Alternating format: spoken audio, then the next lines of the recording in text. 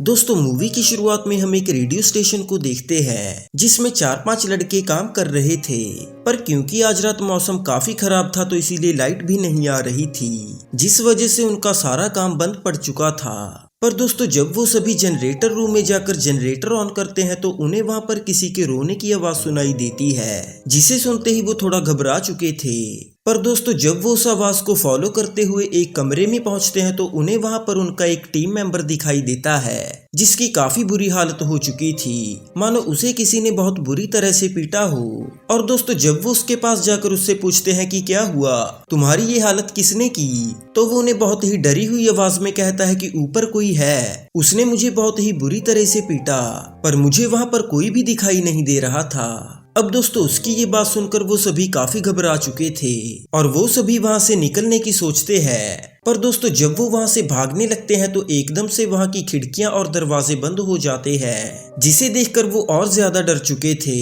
और दोस्तों अब उन्हें कुछ भी समझ नहीं आ रहा था कि आखिर ये सब हो क्या रहा है। पर तभी वो देखते हैं कि उनके पास एक उड़ता हुआ कीड़ा आता है जो कि उनके चारों ओर चक्कर काटने लगा था। पर दोस्तों इससे पहले कि वो कुछ समझ पाते वो कीड़ा उन सभी के सर में घुसकर उन्हें मार देता है और उनके मरने के बाद हम उन्हें एक उल्टे स्वास्तिक के जैसे पड़े हुए देखते हैं। और दोस्तों ये सीन यहीं पर कट हो जाता है। अब ये जो लड़के यहाँ मरे हैं इन्हें याद रखना, क्योंकि हम आगे भी कहानी में इनका जिक्र करेंगे। अब इसके बाद हम कहानी में मधु को देख पाते हैं जो कि अपने एक दोस्त के साथ कुछ टूरिस्ट का वेट कर रही थी, क्योंकि दोस्तों ये टूरिस्ट को हॉन्टेड जगहों पर घुमाने के लिए ले जाते हैं जो कि असल में हॉन्टेड नहीं होती, बल्कि ये खुद से ही उन जगहों को वैसा डिजाइन करते हैं ताकि लोगों को वहां जाकर डर लगे और ये यहाँ पर उनका टूर करवा के उनसे पैसे कमा सके। अब दोस्तों आज भी मधु और उसका दोस्त इन टूरिस्ट को किसी हॉन्टेड जगह पर ले जाने वाले थे, पर क्योंकि अब तक इनका तीसरा दोस्त इनके पास नहीं पहुंचा था तो ये उसका यहाँ पर इंतजार कर रहे थे। और मधु उन टूरिस्ट को कहती है कि सॉरी आप लोगों को वेट करना पड़ रहा है, पर हमारा एक दोस्त यहाँ पहुंचने ही वाला है, बस उसके यहाँ आते ही हम आपको हॉन्टेड जगह पर घुमाने के लिए ले चलेंगे। अब दोस्तों वहीं दूसरी तरफ हम शहर के एक मंदिर का सीन देखते हैं जहाँ श्री राम की यात्रा की जा रही थी। और दोस्तों इस यात्रा के दौरान एक शरारती बच्चा एक बंदर को गुलेल मारकर जख्मी कर देता है, जिसकी वजह से कई सारे बंदर वहां पर इकट्ठा हो चुके थे। और दोस्तों अब वो सारे बंदर उस यात्रा में तोड़फोड़ मचानी शुरू कर देते हैं। और दोस्तों इसी तोड़फोड़ के चलते उन बंदरों ने एक घर को भी आग लगा दी, जिससे कई सारे लोगों ने मुश्किल से अपनी जान बचाई। पर दोस्तों अचानक से उन बंदरों में से एक बंदर का बच्चा उस आग में गिर जाता है, जिसे देखकर वहां पर मौजूद लोग काफी डर चुके थे कि कहीं वो बच्चा उस आग में जलकर मारा ना जाए। पर दोस्तों तभी हम वहां पर एक लड़के को देख पाते हैं जो कि बिना कुछ सोचे सीधा उस आग में कूद चुका था और वो जैसे तैसे करके उस बंदर के बच्चे को आग से बाहर ले आता है और वो उस बच्चे को उन्हीं बंदरों के पास वापस पकड़ा देता है। अब दोस्तों ये सब देखकर उन बंदरों ने वहां पर तोड़फोड़ मचानी बंद कर दी और वो वहां से चले गए। पर दोस्तों तभी यात्रा में मौजूद एक पंडित जी उस लड़के के पास आते हैं और वो उसे कहते हैं कि बेटा तुम्हारा नाम क्या है, इन सभी लोगों में सिर्फ तुमने ही बहादुरी दिखाकर उस बच्चे की जान बचाई, अगर तुम यहाँ नहीं होते तो वो बच्चा जिंदा नहीं बचता। दोस्तों तभी वो लड़का उसे कहता है कि पंडित जी मेरा नाम राघव है, मैं तो बस इस यात्रा में श्री राम जी के दर्शन करने के लिए आया था, पर जब मैंने यहाँ पर आग लगी देखी तो मैं यहाँ पर दौड़ा चला आया। अब दोस्तों तभी वो पंडित जी उसकी कलाई पर श्री राम जी का एक कलावा बांधते हैं और वो उसे आशीर्वाद देते हुए कहते हैं कि बेटा तुमने आज एक बेजुबान की जान बचाई है, श्री राम जी तुम्हारी हमेशा रक्षा करेंगे। अब दोस्तों यहाँ मैं आपको बता दूं कि राघव ही मधु का वो पार्टनर है जिसका वो इंतजार कर रही थी और इसीलिए वो जल्दी से अपनी गाड़ी लेकर मधु के पास पहुंचता है और वो मधु के साथ साथ उन टूरिस्ट को अपने साथ लेकर उसी हॉन्टेड जगह पर चला जाता है जिसके लिए वो टूरिस्ट यहाँ पर आए थे। तो अब दोस्तों यहाँ पर मधु, राघव और उनका तीसरा पार्टनर मिलकर उन सभी टूरिस्ट को झूठी कहानियां सुनाने लगते हैं ताकि उन्हें ये जगह सच में भूतिया लगे और वो टूरिस्ट यहाँ पर घूमने के उन्हें अच्छे खासे पैसे दे दें। और वो तीनों यहाँ ऐसा करने में कामयाब भी हो चुके थे। और दोस्तों कुछ इसी तरीके से टूरिस्ट को हॉन्टेड जगहों पर घुमाकर मधु और राघव अपनी जिंदगी गुजार रहे थे जब तक कि उनकी जिंदगी में आज का दिन नहीं आ गया। जी हाँ दोस्तों, यानी आज के दिन इनके साथ कुछ ऐसा होने वाला है जो इनकी खुशनुमा जिंदगी को पूरी तरह से तहस नहस कर देगा। तो दोस्तों होता कुछ ऐसा है कि हर बार की तरह आज भी मधु, राघव और उनका पार्टनर कुछ लोगों को घुमाने के लिए ले जाने वाले हैं पर इस बार ये लोग एक नई हॉन्टेड जगह पर जाएंगे जहाँ पर पहले ये कभी नहीं गए। और दोस्तों वो जगह थी एक पुराना बंद पड़ा रेडियो स्टेशन जो कि किष्किंधापुरी नाम के गाँव में है। तो दोस्तों अब रात होते ही ये सब अपनी वैन में बैठकर उस रेडियो स्टेशन के लिए निकल चुके थे, जहां 2-3 घंटों का सफर तय करने के बाद ये वहां पर पहुंच जाते हैं। और अब दोस्तों यहां पहुंचकर भी राघव और मधु उन टूरिस्ट को नकली कहानियां बनाकर सुनाने लगते हैं ताकि वो लोग इस जगह पर डर महसूस कर सकें। पर तभी उन्हें उनमें से एक टूरिस्ट कहता है कि हमें ये कहानियां सुनाना बंद करो और दिखाओ कि अंदर से ये जगह कैसी है। और दोस्तों तभी वो उस रेडियो स्टेशन के अंदर जाने ही लगते हैं कि तभी वो देखते हैं कि गेट पर एक बड़ा सा ताला लगा हुआ है और उस गेट पर काफी सारी जंजीरें भी बांध रखी थी, जिसे देखकर राघव और मधु को थोड़ा अजीब लगता है कि आखिर इस गेट पर इतनी जंजीरें क्यों बांध रखी हैं। पर दोस्तों तभी उनमें से वो टूरिस्ट उन्हें कहता है कि ये जगह काफी हॉन्टेड लग रही है, फटाफट इसका ताला तोड़ो ताकि मैं अंदर जाकर इसे अच्छे से देख सकूं। अब दोस्तों तभी राघव जैसे तैसे करके उस ताले को तोड़ता है और वो सभी उस रेडियो स्टेशन के अंदर आ जाते हैं। दोस्तों अब अंदर आते ही उन टूरिस्टों को और भी मजा आने लगा था, इसीलिए वो राघव को कहते हैं कि ऐसी जगह पहले कभी नहीं देखी, यहाँ आकर तो हमारे पूरे पैसे वसूल हो गए। पर दोस्तों जहाँ टूरिस्टों को यहाँ मजा आ रहा था वही मधु और राघव को थोड़ा अजीब फील हो रहा था और वो दोनों ने कहते हैं कि हम लोग यहाँ बस आधे घंटे के लिए ही रुकेंगे, तब तक आप लोग यहाँ अच्छे से एंजॉय कीजिए क्योंकि मौसम काफी खराब है और ऊपर से बारिश भी होने वाली है, इसीलिए हम लोग यहाँ पर ज्यादा देर नहीं रुक पाएंगे। अब दोस्तों उनकी ये बात सुनकर वो टूरिस्ट उन्हें कहते हैं कि ये देखकर बड़ी हंसी आ रही है कि जो हमें यहाँ पर घुमाने लाए हैं वो खुद ही अंदर से डरे हुए हैं। अब दोस्तों वो टूरिस्ट ऐसा बोल ही रहे थे कि तभी अचानक से उस रेडियो स्टेशन की खिड़कियां और दरवाजे टूटने लगते हैं और वहां पर पड़े रेडियो में से अपने आप एक लड़की की आवाज आने लगी और वो लड़की उन सबको कहती है कि तुम सबका इस रेडियो स्टेशन में स्वागत है, अब आप सब अपनी मौत के सफर के लिए तैयार हो जाइए क्योंकि जल्दी ही आप इस दुनिया को अलविदा कहने वाले हैं। अब दोस्तों उस रेडियो स्टेशन में से ये सुनकर वो सभी काफी घबरा चुके थे और उन्हें समझ नहीं आ रहा था कि ये रेडियो अपने आप कैसे चलने लगा और यहाँ पर मौजूद चीजें अपने आप कैसे टूट रही हैं। इसीलिए वो जल्दी से भागते हुए रेडियो स्टेशन से बाहर आ जाते हैं, जहाँ वो आकर देखते हैं कि उनकी वैन भी आग से पूरी तरह से जल चुकी थी।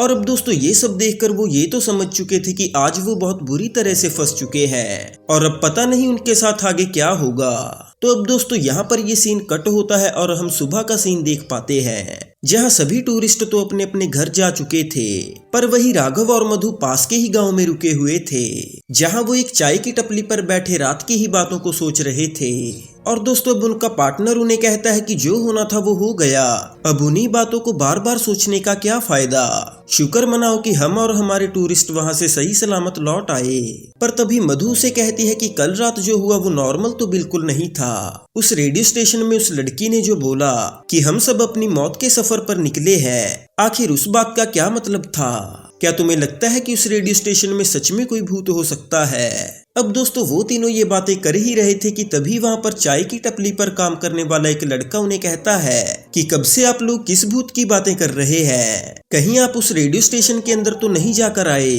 अब दोस्तों तभी राघव उसे जवाब देते हुए कहता है कि हाँ हम लोग वहां पर गए थे, पर तुम इस बात को सुनकर इतना क्यों डर रहे हो? तभी वो लड़का उन्हें जवाब देते हुए कहता है कि आप लोगों को वहां नहीं जाना चाहिए था, पता नहीं अब आपके साथ क्या होगा। मेरी माँ मुझे कहती है कि जो भी उस रेडियो स्टेशन के अंदर गया है वो वापस लौटकर कभी नहीं आया। और आगे वो लड़का उन्हें कहता है कि जल्दी से जाकर हल्दी वाले पानी से नहा लीजिए और अपने इन कपड़ों को भी जला देना, तभी आप उस शैतान से बच पाएंगे। अब दोस्तों वो लड़का उन्हें ये सब बोलकर वहां से चला जाता है और अब ये तीनों उसकी बातें सुनकर और भी कंफ्यूज हो चुके थे कि आखिर ये सब हो क्या रहा है। अब दोस्तों यहाँ पर ये सीन कट होता है और हम रात का सीन देख पाते हैं, जहाँ उन्हीं टूरिस्टों में से 2 आदमी जो कि लोको पायलट थे,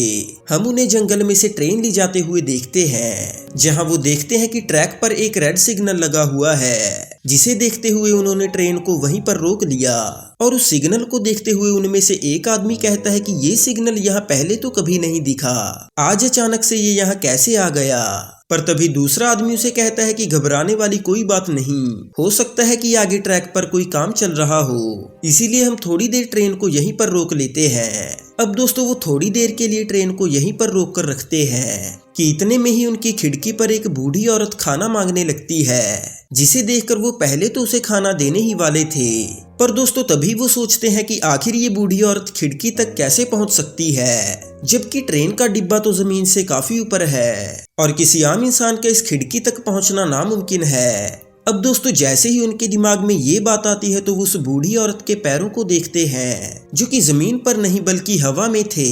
और अब वो ये देखकर समझ चुके थे कि उनके साथ अब क्या होने वाला है। और अब दोस्तों वो दोनों इस ट्रेन को भगाने की कोशिश में लग चुके थे, पर इससे पहले कि ट्रेन स्टार्ट होती वो बूढ़ी औरत उन पर एकदम से हमला कर देती है, जिससे वो दोनों वहीं पर मारे गए। तो अब दोस्तों सुबह होते ही जब लोगों को इनकी मौत का पता चलता है तो वो पुलिस को इन्फॉर्म कर देते हैं, जहां जब पुलिस आकर वहां उन डेड बॉडीज को देखती है तो वो एकदम से शॉक हो जाते हैं, क्योंकि दोस्तों इन दोनों को बहुत ही बुरी तरीके से मारा गया था और इनकी डेड बॉडीज भी वैसे ही स्वास्थ्य के निशान के जैसे पड़ी हुई थी जैसे हमने मूवी के शुरुआत में उन कर्मचारियों की देखी थी जो कि उस रेडियो स्टेशन में काम करते थे।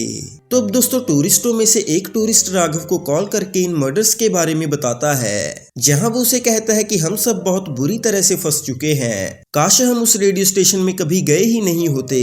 अब पता नहीं अगला नंबर किसका लगेगा। पर तभी राघव उसे कहता है कि डरने की कोई बात नहीं है, मैं वहां जाकर पता लगाता हूँ कि कल रात उनके साथ हुआ क्या था। अब दोस्तों इसके बाद राघव उसी जगह पहुंचता है जहां पुलिस को उन दोनों की डेड बॉडीज मिली थी, जहां वो उन डेड बॉडीज की जगह पर स्वास्थ्य का निशान बना हुआ देखता है। पर दोस्तों इसे देखकर राघव को समझ नहीं आ रहा था कि कोई मारने के बाद इन डेड बॉडीज को ऐसे क्यों रखेगा, और दिमाग पर जोर डालने पर उसे याद आता है कि उसने ये निशान रेडियो स्टेशन के अंदर देखा था, जिसके बाद राघव कई सारे सवालों में उलझ चुका था कि उस रेडियो स्टेशन के अंदर जो भी चीज है वो उनके पीछे क्यों पड़ी है, आखिर उन सब ने ऐसा किया क्या है जो वो उस चीज के निशाने पर आ गए। अब दोस्तों राघव के मन में सवाल तो बहुत थे पर उनका जवाब कोई नहीं था, और इसीलिए अब वो कुछ लोगों से उसी चाय की टपरी पर काम करने वाले लड़के के बारे में पूछता है, जिसने रेडियो स्टेशन में किसी शैतान के होने का दावा किया था। और अब दोस्तों राघव उस लड़के का पता लगाते हुए उसके गांव पहुंच जाता है, जहां वो उस लड़के की मां से मिलता है और वो उससे पूछता है कि आखिर आपका बेटा उस रेडियो स्टेशन की बात सुनकर इतना डर क्यों जाता है, क्या आप मुझे बताएंगी कि उस रेडियो स्टेशन में हुआ क्या था।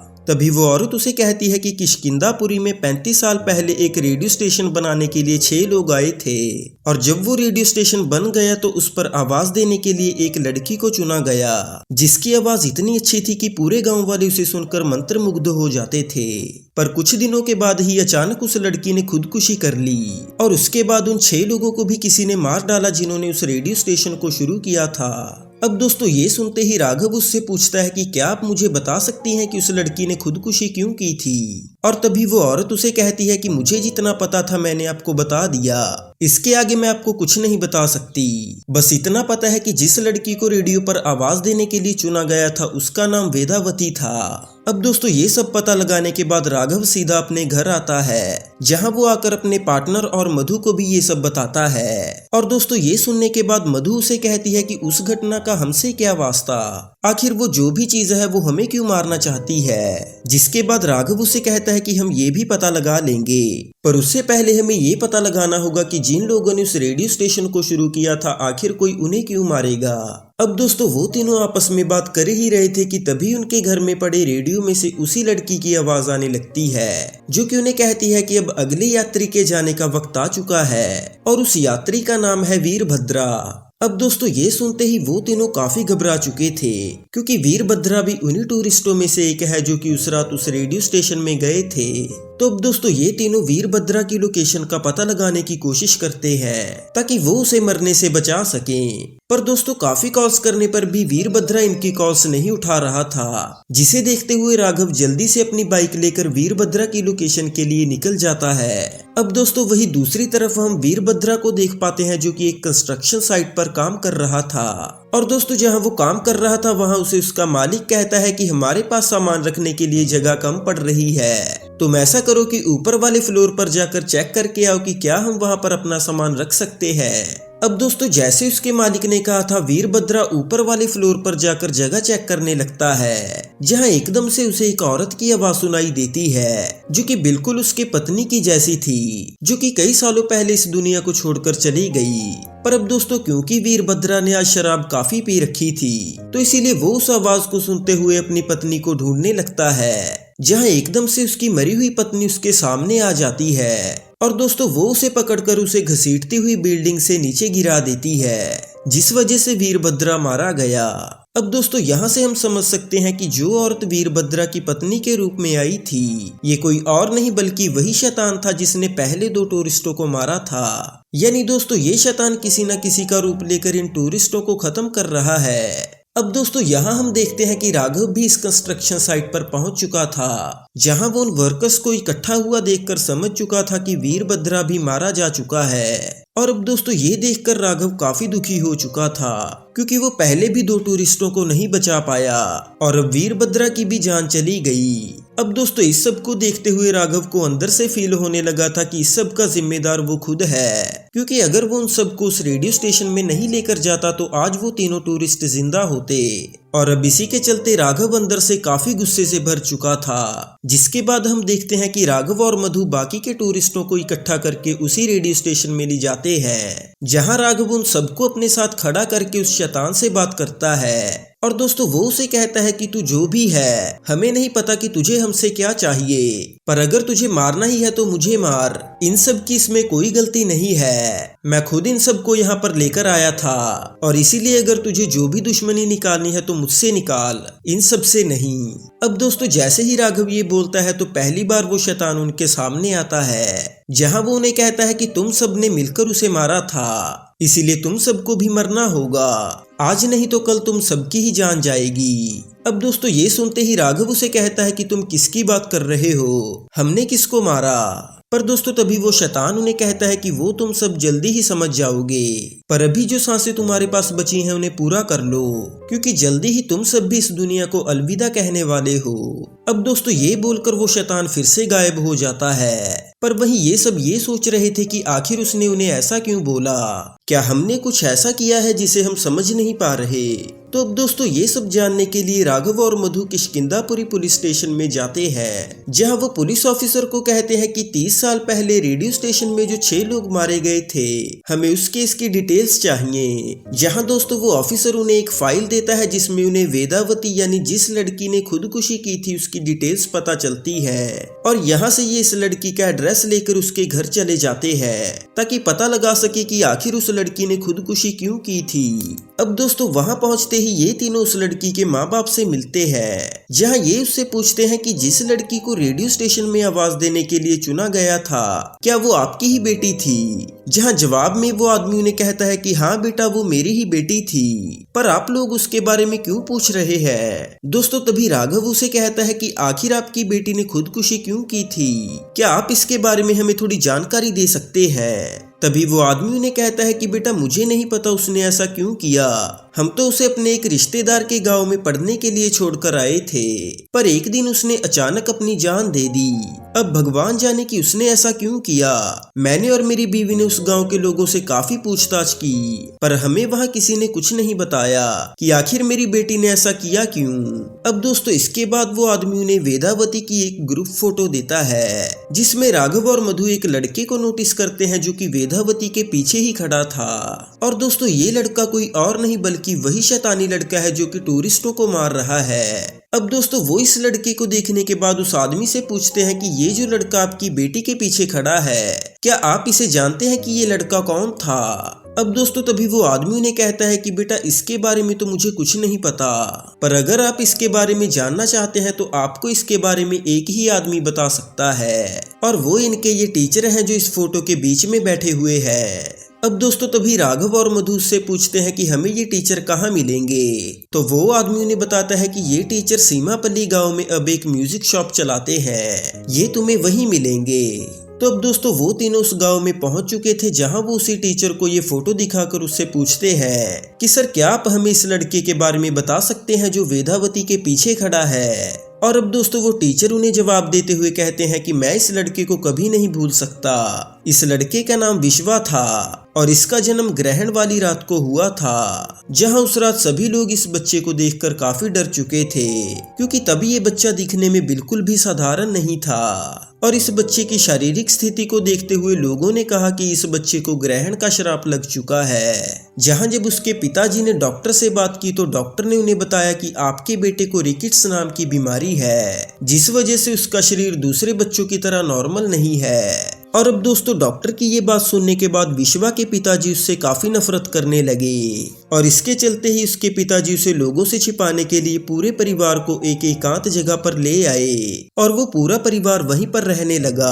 और अब यहाँ विश्वा जब भी कोई गलती किया करता था तो उसके पिता उस पर बहुत गुस्सा किया करते थे। कभी कभी तो वो उसे बिना वजह ही डांटते रहते थे। पर जहाँ एक तरफ उसके पिता के मन में उसके लिए काफी नफरत थी, वहीं उसकी माँ उसे बहुत प्यार किया करती थी, जिस वजह से विश्वा अपनी माँ के पास ही रहा करता था। और दोस्तों उसकी माँ उसके साथ खेलती मस्ती करती और उसका बहुत ख्याल रखती थी। पर एक दिन जब उसके पिताजी उसकी माँ के साथ किसी बात को लेकर झगड़ा कर रहे थे तो उसने विश्वा की माँ पर हाथ उठा दिया, जिसे देखकर विश्वा को काफी गुस्सा आया और उसने गुस्से में ही अपने पिताजी को जोर से धक्का दे दिया, जिस वजह से उसके पिता का सर जमीन पर जा लगा और वो काफी जख्मी हो गए। अब दोस्तों इस दिन के बाद उसकी माँ ने ये फैसला किया कि अगर विश्वा यहाँ रहा तो उसके पिताजी उसे जीने नहीं देंगे, क्योंकि जब भी उससे कोई छोटी सी गलती होती थी तो उसके पिता उसे मारने पीटने लगते थे, जिस वजह से उसकी माँ ने उसे उसके मामा के गांव यानी किष्किंधापुरी भेज दिया। और दोस्तों विश्वा यहीं पर रहकर अपनी जिंदगी गुजारने लगा, जहाँ उसके मामा ने उसे एक पाठशाला में भेजना शुरू कर दिया। और दोस्तों यहाँ उसके टीचर और उसके साथी बच्चे उसे काफी प्यार किया करते थे, जहाँ विश्वा यहीं पर कई सालों तक अपनी जिंदगी खुशी खुशी जीता रहा। और अब दोस्तों एक दिन जब वो टीचर उन सभी बच्चों को हमेशा की तरह पढ़ा रहे थे तो गांव में एक अनाउंसमेंट की जाती है, जहां उस अनाउंसमेंट में कहा जाता है कि जल्दी ही गांव में एक रेडियो स्टेशन शुरू किया जाने वाला है और जिसकी भी आवाज अच्छी है वो अपनी आवाज को रिकॉर्ड करके ऑफिस में भेज दीजिए, ताकि हम लोग उन आवाजों में से किसी एक आवाज को चुन सकें और जिसकी भी आवाज चुनेंगे वो उस रेडियो स्टेशन में काम कर सकेगा और पूरा देश उसकी आवाज को हर रोज सुनेगा। अब दोस्तों ये अनाउंसमेंट सुनते ही विश्वा काफी खुश हो चुका था और वो जल्दी से जाकर इसके बारे में अपनी माँ को भी बताता है। और दोस्तों ये सब जानने के बाद उसकी माँ उसे कहती है कि बेटा तुम भी बाकी लोगों की तरह अपनी आवाज रिकॉर्ड करके भेज देना, अगर तुम्हारी किस्मत में हुआ तो तुम्हें उस रेडियो स्टेशन के लिए जरूर चुना जाएगा। अब दोस्तों विश्वा बिल्कुल ऐसा ही करता है, जहां उसने भी अपनी आवाज को रिकॉर्ड करके उस रेडियो स्टेशन में भेज दिया था। और दोस्तों कुछ दिनों के बाद जब नतीजे आते हैं तो पता चलता है कि विश्वा को रेडियो स्टेशन के लिए चुन लिया गया है। और अब ये पता चलते ही विश्वा के टीचर और उसके साथी बच्चे काफी खुश हो चुके थे और अब विश्वा की माँ भी भगवान का शुक्रिया अदा करती है कि अब उसके बेटे की आवाज को पूरा देश सुनेगा।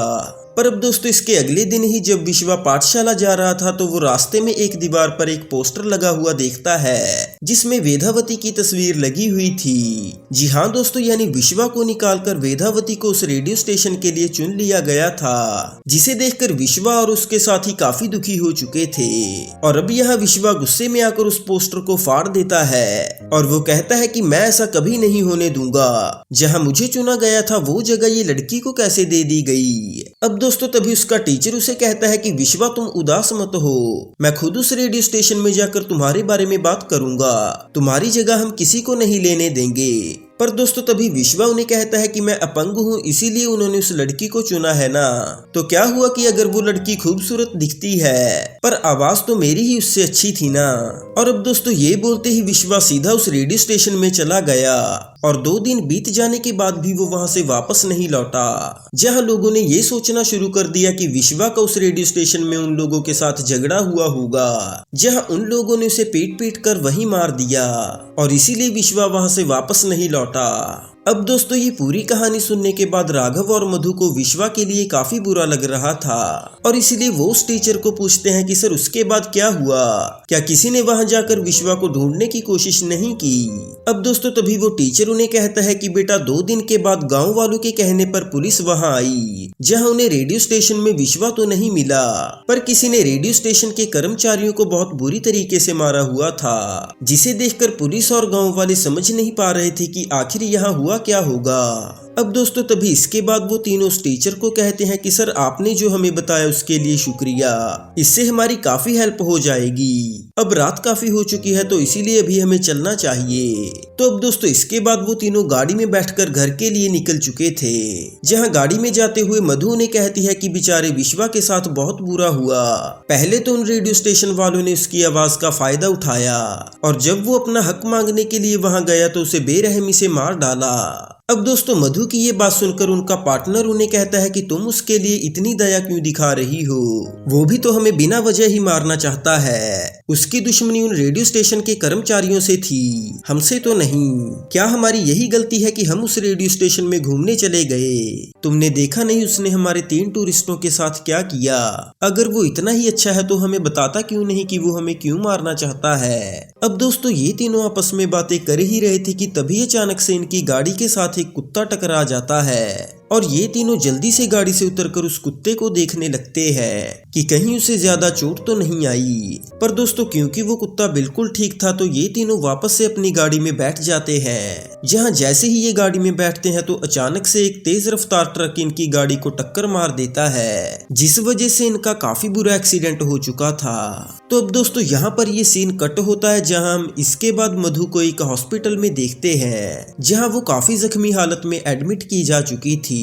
तो अब दोस्तों जैसे ही मधु यहाँ अपनी आंखें खोलती है तो वो अपने पास राघव को बैठा देखती है, जहां वो उसे काफी डरी हुई आवाज में कहती है कि लगता है हम भी उन टूरिस्टों की तरह जिंदा नहीं बचने वाले, इस बार विश्वा ने हम तीनों को अपना निशाना बनाया है, अब आगे पता नहीं वो हमारे साथ कौन सा खेल खेलेगा। तो अब दोस्तों मधु की ये बातें सुनकर राघव उसे कहता है कि डरने की कोई बात नहीं है, ये बस एक एक्सीडेंट था, हम तीनों मिलकर उस शैतान को जरूर हरा देंगे, पर पहले मुझे ये पता लगाना होगा कि विश्वा की हमारे साथ दुश्मनी क्या थी और उसे हमसे किस बात का बदला चाहिए, बस तुम अपनी हिम्मत बनाए रखो।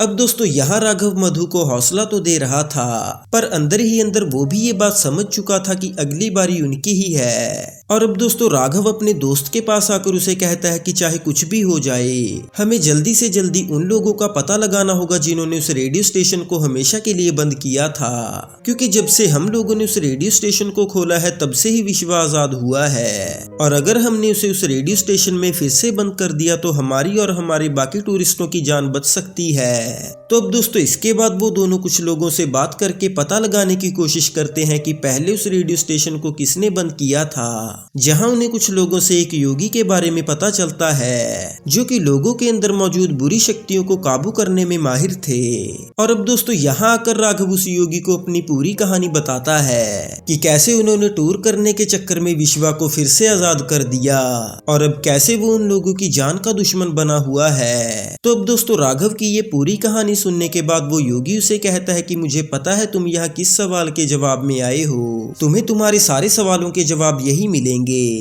वो कहता है कि तुम यही जानना चाहते हो ना कि विश्वा तुम्हारी और तुम्हारे टूरिस्टों की जान के पीछे क्यों पड़ा है, तो चलो मैं तुम्हारे सारे सवालों के जवाब देता हूँ। अब दोस्तों आगे वो योगी उसे कहता है कि विश्वा के टीचर ने तुम्हें जो कहानी सुनाई वो बिल्कुल सच नहीं थी, यहाँ तक कि तुम लोगों को जिसने वो कहानी सुनाई वो विश्वा का टीचर था ही नहीं, बल्कि वो तो खुद विश्वा ही था, जो कि अपने बारे में तुम लोगों को सब कुछ झूठ बता रहा था। अब दोस्तों ये सुनते ही राघव एकदम से शॉक हो जाता है, जहां वो उस योगी को कहता है कि आपका मतलब हमने विश्वा के बारे में जो कुछ भी सुना वो सब झूठ था, क्या उसे उस रेडियो स्टेशन में मारा ही नहीं गया? तभी वो योगी उसे कहता है कि दरअसल विश्वा अपने बचपन से ही दूसरे बच्चों से काफी अलग था, यानी वो छोटी छोटी बात पर काफी गुस्सा हो जाता था और कभी कभी तो उसका गुस्सा इतना ज्यादा बढ़ जाता था कि वो सामने वाले की जान लेने तक चला जाता था, क्योंकि दोस्तों उसे ऐसा लगता था कि वो अपंग है, इसीलिए लोग ज्यादा उसे पसंद नहीं करते। और दोस्तों इसके चलते ही जब एक दिन विश्वा के पिता ने उसे किसी छोटी सी गलती के लिए डांटा तो विश्वा को इस डांट पर काफी गुस्सा आया, जिस वजह से उसने अपने पिता पर ही ही हमला कर दिया और उसे वहीं पर जान से मार डाला। अब दोस्तों ऐसा होते देख विश्वा की माँ को काफी सदमा लगा, जिस वजह से वो भी इस दुनिया से चल बसी। पर दोस्तों उसकी माँ के जाने की वजह से विश्वा बिल्कुल अकेला पड़ गया। यानी बेशक उसका पिता उससे नफरत करता था, पर वहीं उसकी माँ उसे अपनी जान से भी ज्यादा प्यार करती थी, जिस वजह से उसके मरने के बाद विश्वा अपनी माँ को बहुत याद किया करता। और अब दोस्तों क्योंकि विश्वा बिल्कुल अकेला था तो वो उस घर में अकेला ही कोने में पड़ा रहता। पर दोस्तों एक दिन जब विश्वा घर में पड़े एक संदूक को खोलता है तो उसे उसमें एक आईना दिखाई देता है, जिसमें उसकी माँ खुद को देखकर श्रृंगार लगाया करती थी। और अब दोस्तों इस आईने के मिलने के बाद विश्वा फिर से खुश रहने लगा, क्योंकि जब भी वो उस आईने में देखता तो उसे उसकी माँ दिखाई दिया करती, जिसे देखकर विश्वा को ऐसा ही लगता कि जैसे उसकी माँ उससे बात कर रही हो। और दोस्तों ऐसे ही विश्वा अकेला बैठकर उस आईने से बातें करता रहता। और जब उसके मामा उसे अपने साथ रहने के लिए गांव ले आए तो विश्वा उस आईने को भी अपने साथ ही ले आया, क्योंकि उसे लगता था कि जब तक वो आईना उसके साथ है तब तक उसकी माँ भी उसके साथ ही रहेगी। अब दोस्तों यहाँ विश्वा की पाठशाला में सभी बच्चे उससे काफी प्यार करते थे, तो इसीलिए यहाँ उसका गुस्सा काफी कम होने लगा, क्योंकि उसे कोई भी ये एहसास नहीं होने देता था कि वो अपंग है। और दोस्तों इसके चलते ही जब गाँव में रेडियो स्टेशन शुरू करने के लिए अनाउंसमेंट की गई तो विश्वा ने ये ठान लिया कि यहाँ तो लोग सिर्फ उसी की आवाज सुनेंगे। जहाँ उसने और लोगों की तरह अपनी आवाज भी रिकॉर्ड करके भेजी तो थी, पर दोस्तों क्योंकि उन लोगों ने वेदावती की आवाज को काफी पसंद किया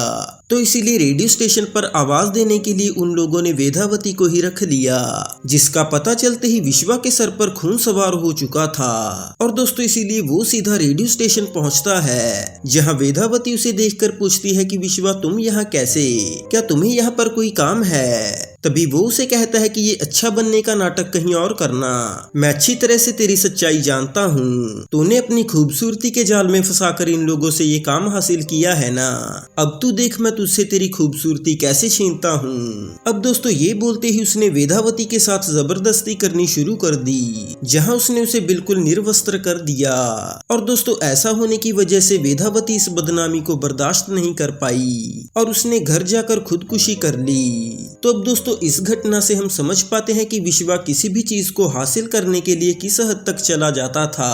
अब क्योंकि उसकी इस रेडियो स्टेशन पर आवाज देने की जिद थी जो कि पूरी नहीं हो पाई, और इसी बात का गुस्सा उसने वेदावती पर निकाल दिया, जिसने कि अपने हुनर की वजह से इस मुकाम को हासिल किया था। तो अब दोस्तों जैसे ही रेडियो स्टेशन के कर्मचारियों को वेदावती की मौत के बारे में पता चलता है तो वो विश्वा को पकड़कर वहीं पर बांध लेते हैं, क्योंकि दोस्तों जिसका वो रेडियो स्टेशन था उस लड़के के साथ वेदावती की शादी होने वाली थी, जिस वजह से उस लड़के ने वेदावती की मौत का बदला लेने के लिए विश्वा को टॉर्चर करना शुरू कर दिया। और दोस्तों यहाँ पर पूरा दिन टॉर्चर होने के बाद विश्वा की भी जान चली गई, जिसके बाद उन कर्मचारियों ने विश्वा की लाश को एक रेलवे ट्रैक के पास गाड़ दिया।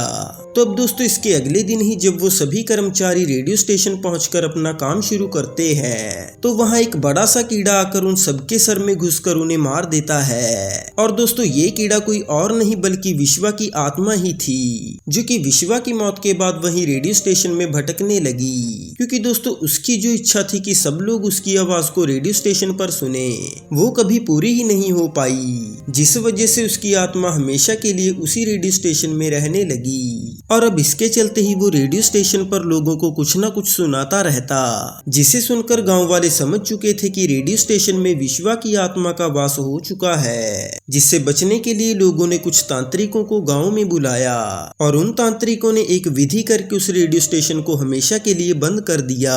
जिसके बाद वहां सालों तक कोई नहीं गया। तो अब दोस्तों यहाँ ये पूरी कहानी सुनने के बाद राघव उस योगी को कहता है कि विश्वा तो बहुत बड़ा साइको था, ऐसे कौन अपनी जिद पुगाने के लिए किसी मासूम की जान ले सकता है। बेचारी वेदावती तो बेवजह ही अपनी जान गंवा बैठी। और आगे राघव उसे कहता है कि गुरुजी ये तो मैं समझ गया कि विश्वा ने अपनी जिद पुगाने के लिए उन कर्मचारियों और वेदावती को मारा, पर इस सब में मेरे और मेरे टूरिस्टों की क्या गलती थी, हम तो बस वहाँ पर घूमने के लिए ही गए थे ना, तो फिर विश्वा हमारी जान का दुश्मन क्यों बना हुआ है। दोस्तों तभी वो योगी उसे कहते हैं कि क्या तुम्हें वो दिन याद है जब तुम उस रेडियो स्टेशन में ताला तोड़कर छोड़कर पहली बार अंदर गए थे। तभी राघव उसे जवाब देते हुए कहता है कि हाँ गुरुजी, मुझे वो दिन अच्छे से याद है। पर दोस्तों तभी वो गुरुजी उसे कहते हैं कि उस दिन जब तुम सब लोग अंदर गए तो मधु ने वहाँ पर पड़ा एक आईना उठाया जिस पर कुछ कीड़े रेंगने लगे और इसीलिए उसने घबराकर उस आईने को नीचे फेंक दिया और जो कीड़े उस पर रेंग रहे थे उन सभी टूरिस्टों ने अपने पैरों से उन्हें कुचल दिया, जिस वजह से वो आईना भी चकनाचूर हो गया। बस तुम लोगों की इसी हरकत की वजह से विश्वा तुम लोगों को अपनी माँ का कातिल समझने लगा, क्योंकि तुम सबके लिए तो वो बस एक आईना था, पर विश्वा के लिए वो उसकी माँ से बात करने का एक जरिया था जिसे तुम लोगों ने अपने पैरों के तले कुचल दिया। अब दोस्तों ये सुनकर राघव अंदर से हिल चुका था, क्योंकि उसे आज जाकर इस बात का पता चला था कि विश्वा उन लोगों को क्यों मारना चाहता है और वो कारण था इन लोगों की वजह से उस आईने का टूटना। अब दोस्तों ये सब समझने के बाद राघव उस योगी को कहता है कि क्या सिर्फ इतनी सी बात के लिए वो हम सबको मार देगा? ये तो सच में बहुत बड़ा पागल निकला। हम सब से तो अनजाने में वो आईना टूटा था, पर इसका मतलब ये तो नहीं कि वो इतनी छोटी सी बात के लिए हम सबकी जान लेगा। मैं किसी और को इस पागलपन की भेंट नहीं चढ़ने दे सकता। मुझे जल्दी से जल्दी मधु के पास जाना होगा, नहीं तो पता नहीं वो पागल उसके साथ क्या करेगा। अब दोस्तों तभी वो गुरुजी से कहते हैं कि विश्वा का निशाना तो सबसे पहले तुम थे, पर तुम अब तक सिर्फ उस कलावे की वजह से बचते आए हो जो कि तुम्हारे हाथ पर बांधा हुआ है। जी हाँ दोस्तों, यानी राघव को विश्वा से अब तक वही कलावा बचाते आ रहा है जो कि मूवी की शुरुआत में पंडित जी ने राघव के हाथ पर बांधा था, क्योंकि उसने उस यात्रा में एक बंदर को आग से बचाया था। अब दोस्तों आगे राघव उस योगी को कहता है कि गुरुजी आखिर उस संकी को कैसे रोका जाए, कोई तो रास्ता होगा जिससे हम उसे हमेशा के लिए खत्म कर सकें। तभी वो गुरुजी उसे कहते हैं कि बेटा रास्ता तो है, तुम लोगों को उसकी सबसे करीबी कोई 3 वस्तुएं लानी होंगी जिसकी वजह से हम उसे काबू में कर सकेंगे, पर तुम्हें वो उन चीजों को इतनी आसानी से नहीं लाने देगा। वो हर संभव कोशिश करेगा तुम्हें जान से मारने की, इसीलिए जो भी करोगे वो जरा संभल कर करना। अब दोस्तों तभी राघव उसे कहता है कि ठीक है गुरुजी, मैं पूरी कोशिश करूंगा कि आपको उसकी कोई 3 वस्तुएं लाकर दे दूं। तो अब दोस्तों इसके बाद राघव सीधा हॉस्पिटल में मधु के पास जाता है ताकि देख सके कि मधु को कोई खतरा तो नहीं, पर अब जैसे ही वो वहां पहुंचता है तो मधु उस पर एकदम से हमला कर देती है, क्योंकि दोस्तों राघव के यहाँ पहुंचने से पहले ही उसने मधु को वश में कर लिया था। और अब दोस्तों जैसे ही मधु उस पर हमला करती है तो वो उसे कुछ नहीं कर पाती, क्योंकि दोस्तों राघव की कलाई पर अब भी वो कलावा बंधा हुआ था, जिस वजह से मधु के अंदर मौजूद विश्वा की आत्मा कमजोर पड़ने लगी। और अब दोस्तों इसी मौके का फायदा उठाकर राघव मधु को उसी गुरुजी के पास ले आया, जहां वो गुरुजी कुछ विधि करके मधु को वहीं पर बांध लेते हैं। और दोस्तों वो राघव को कहते हैं कि तुम जल्दी से रेडियो स्टेशन जाकर विश्वा की कोई 3 चीजें ले आओ, तब तक हम इसे यहीं पर रोक कर रखेंगे और कोशिश करना कि तुम जल्दी से जल्दी लौट आओ, क्योंकि जैसे जैसे रात गहरी होती जाएगी इसकी शक्तियां और बढ़ जाएंगी, क्योंकि रात के समय बुरी शक्तियां अपनी चरम सीमा पर होती हैं। तो अब दोस्तों राघव और उसका पार्टनर जल्दी से रेडियो स्टेशन पहुंच जाते हैं, जहां राघव को वही चेस बोर्ड दिखाई देता है जो कि विश्वा अपनी माँ के साथ खेला करता था। और दोस्तों दूसरी चीज वहां पर पड़ा एक रेडियो था, क्योंकि दोस्तों अपनी आवाज को रेडियो पर लाने के लिए ही उसने वेदावती को मारा था, तो इसीलिए वो चेस बोर्ड और ये रेडियो विश्वा के साथ ही जुड़ी हुई चीजें थी। और दोस्तों इसीलिए राघव इन दोनों चीजों को लेकर गुरुजी के पास आ जाता है, जहां वो उस गुरुजी को कहता है कि गुरुजी मुझे रेडियो स्टेशन में ये 2 चीजें ही मिली जो कि विश्वा के दिल के बहुत ही करीब थी। पर अब दोस्तों वो गुरुजी उसे कहते हैं कि विश्वा को रोकने के लिए सिर्फ ये 2 चीजें काफी नहीं है, हमें उसकी कोई तीसरी वस्तु भी चाहिए होगी, तभी हम इस विधि को कर पाएंगे। अब दोस्तों ये सुनकर राघव काफी परेशान हो चुका था, क्योंकि उसे कुछ भी समझ नहीं आ रहा था कि आखिर वो तीसरी चीज कौन सी लेकर आए जिससे वो विश्वा की आत्मा को काबू कर पाए। पर अब दोस्तों यहाँ इन दोनों को देखते हुए मधु यानी विश्वा जोर जोर से हंसने लगा था और वो इन दोनों को कहता है कि तुम जितनी भी कोशिश कर लो तुम लोगों को कुछ हासिल नहीं होगा और आज तुम सब लोग एक साथ ही यहाँ मरोगे। और अब दोस्तों ये बोलते ही मधु उन पर हमला कर देती है, जिसमें वो सभी काफी जख्मी हो चुके थे। पर दोस्तों इसी के बीच राघव ने अपना कलावा उतारकर मधु के हाथ पर बांध दिया, जिससे विश्वा मधु के शरीर को छोड़कर राघव के शरीर में आ गया। और अब दोस्तों ऐसा होते ही राघव अपने पेट में जोर जोर से कांच के टुकड़े से वार करने लगा, जिसे देखकर मधु समझ चुकी थी कि विश्वा ने उसके शरीर को अपने वश में कर लिया है। और अब दोस्तों वो गुरुजी राघव की लाई हुई उन 2 चीजों से विधि को करना शुरू कर देते हैं, जिसकी वजह से विश्वा थोड़ा कमजोर तो पड़ रहा था, पर फिर भी वो उनके काबू में नहीं आया। जहां दोस्तों मधु राघव को अपने पेट पर वार करते हुए देखकर काफी दुखी हो चुकी थी और यहाँ उसे कुछ समझ नहीं आ रहा था कि आखिर वो करे तो करे क्या। पर दोस्तों वहीं राघव जो कि विश्वा को अपने ही शरीर में रोक कर रखने की कोशिश कर रहा था, वो थोड़ा होश में आकर मधु को कहता है कि बचपन में विश्वा की माँ ने उसे जो तावीज पहनाया था, मैंने उस तावीज को रेडियो स्टेशन में पड़ा देखा है, तुम जल्दी से रेडियो स्टेशन जाकर उस तावीज को यहाँ ले आओ। अब दोस्तों जैसा राघव ने कहा था मधु बिल्कुल वैसा ही करती है, यानी वो रेडियो स्टेशन जाकर उस तावीज को ले आई। पर अब दोस्तों यहाँ विश्वा ने राघव की हालत बहुत खराब कर दी थी, जहाँ वो गुरुजी उस तावीज को तीसरी वस्तु की जगह पर रखकर अपनी विधि करना शुरू कर देते हैं। और अब दोस्तों क्योंकि विश्वा की वो 3 वस्तुएं उनके पास आ चुकी थी, तो इसीलिए विश्वा की आत्मा भी उनके काबू आने लगी, जो कि अब राघव के शरीर को छोड़कर बाहर निकलने लगी थी।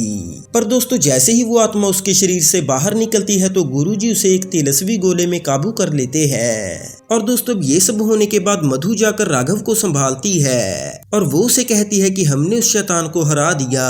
और अब दोस्तों यहाँ पर ये सीन कट होता है, जहाँ हम 2 दिन के बाद का टाइम देख पाते हैं, जहाँ उन लोगों ने उस रेडियो स्टेशन को फिर से बंद कर दिया था।